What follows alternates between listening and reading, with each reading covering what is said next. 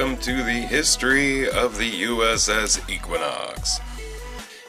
The U.S.S. Equinox, NCC 72381, was a 24th century Federation Nova-class starship operated by Starfleet, also known as Voyager's kid brother. This science vessel was constructed at the Utopia Planitia Fleet Yards and launched in early 2370.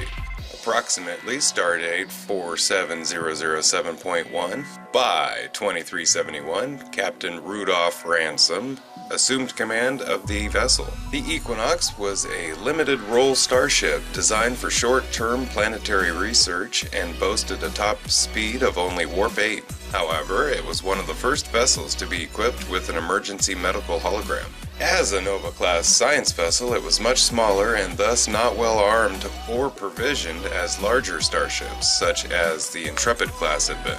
While Captain Ransom himself was a primary scientist, and with arguably little command experience, he showed tendencies towards misdirection and overall avoidance of direct combat.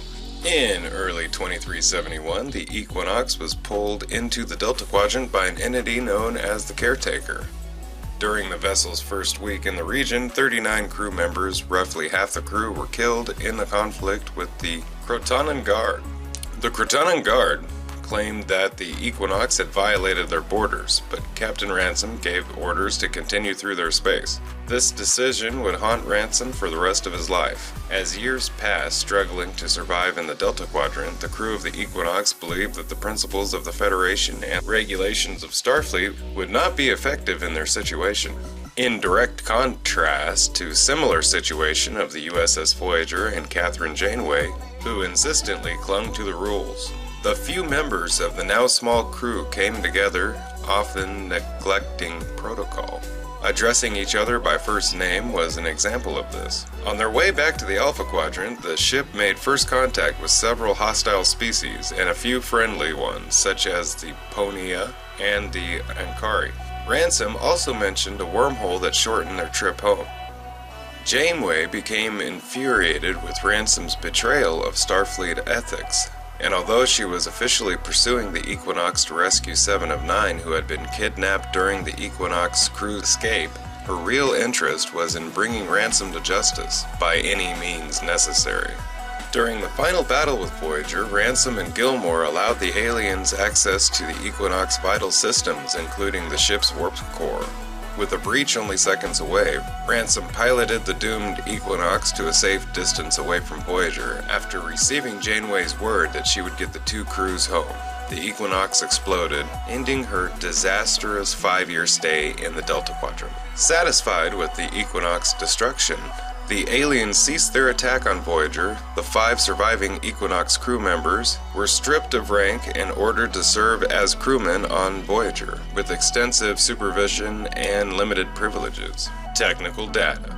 The Nova class was designed as a science and scout vessel intended for short-term planetary research and analysis. It is not typically suitable for combat operations. The Nova design has a maximum speed of warp 8 and approximately 80 crew members. One unique feature about the Nova class is its Wave Rider shuttle, which is located in a special docking port on the ventricle side of the primary hull, similar to that of the Arrow shuttle on the Intrepid class. The Nova class has a similar design to that of the Intrepid class starship, though smaller in size. It consists of a saucer section with a curved triangular shape. The secondary hull was directly attached to the underside of the saucer with 2 warp nacelles. Unlike some starship designs, the Nova class featured only one impulse drive, located at the aft section of Deck 2, aligned with the center of the ship.